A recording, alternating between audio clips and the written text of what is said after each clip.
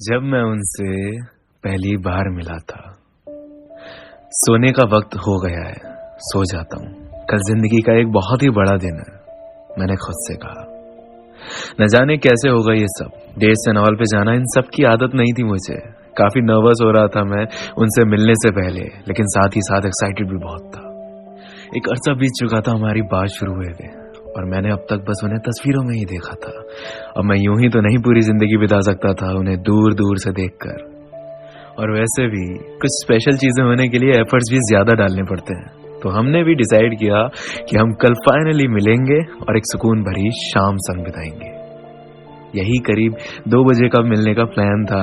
बात दोपहर की थी, लेकिन जैसे आंखों के आगे अंधेरा ही छा रहा था, जो मुझे उनके चेहरे के सिवा कुछ दिखाई नहीं दे रहा था। उनकी आवाज मेरे कानों में गूंज रही थी, जैसे मेरा नाम पुकार रही हो, बेहद इश्क से। मैं वहां वक्त से पहले पहुंच गया था, क्योंकि पहले ही दिन इंतजार कर रहा हूं ये मुझे गवारा नहीं था। हर गुजरती कार में मैं उस चेहरे को तलाश रहा था, बार बार अपने फोन को देखता और लॉक अनलॉक का खेल खेलने लगता। धड़कनें तेज होने लगी जब एक कार मेरे सामने आके रुकी। उसका गेट खुला और कोई उतरा। वो जो उतरा था वो मेरा था। उन्हें देखते ही मैं जैसे कहीं खो सा गया था। थोड़ा फिल्मी सा माहौल था, पर कानों में मुझे एक ही सॉन्ग सुनाई दे रहा था, 1000 Years ऑफ क्रिस्टीना पेरी। वो वक्त, वो लम्हा मैं शायद लाखों करोड़ों सालों में भी नहीं भूलूंगा, क्योंकि वो मुझे रियलिटी कम और एक सपने से ऐसा ज्यादा लग रहा था। मैंने आंखें खोली दोबारा और देखा उन्हें। वो बहुत बहुत ज्यादा खूबसूरत लग रही थी यार। ये मेरी मोहब्बत नहीं, असलियत बोल रही थी। वो थी खूबसूरत यार, और आज उससे भी ज्यादा है। उनकी आंखें, उनके होंठ, उनकी मुस्कान, सब में एक चमक थी, अ शाइन ऑफ ब्यूटी। मैं देर ना करते हुए आगे बढ़ा और उनको अपना हाथ दिया मुस्कुराते हुए। उनकी इंटेंशंस भले ही ग्रीट करने की हो, पर मेरी तो उन कोमल हाथों को महसूस करने की थी। उन्होंने मुस्कुराकर हाय बोला और मैंने भी हाय कहा, और उनके लिए रेस्टोरेंट का डोर खोला और उन्हें ऊपर ले गया। वहां पहुंच के मैंने उन्हें बिठाया एंड देन खुद भी बैठा। कुछ देर तक तो मैं जैसे खो ही गया कि ये वाकई में सच है। शी इज राइट है, और मुझे यकीन तक नहीं हो रहा था। हम उस वक्त से गुजरे थे जब एक दूसरे से मिलने के लिए तरसे थे, लेकिन आज हम हैं साथ एक दूसरे के सामने। मैंने उन्हें ऑफर किया एक ग्लास ऑफ वाटर, और खुद भी पिया, क्योंकि शायद उनसे ज्यादा जरूरत मुझे थी। हम लोगों ने बातें शुरू की। मैं सच कहूं तो बार बार लॉस्ट हो रहा था, क्योंकि मैं उनकी बातों से ज्यादा ध्यान उन पर दे रहा था। मैं सोच रहा था हाउ ब्यूटीफुल शी इज। वो इस चीज से बार बार इरिटेट हो रही थी कि मैं सुन नहीं रहा था उन्हें। पर सच कहूं तो मुझे उनसे अब प्यार होने लगा था। किसी के प्रेजेंस से आज तक इतना कंप्लीट महसूस नहीं हुआ था। वो उनका बात करते करते बालों को कान के पीछे टक करना, मुझे देखकर थोड़ा शर्माना, हर एक अदा जैसे घायल कर रही थी।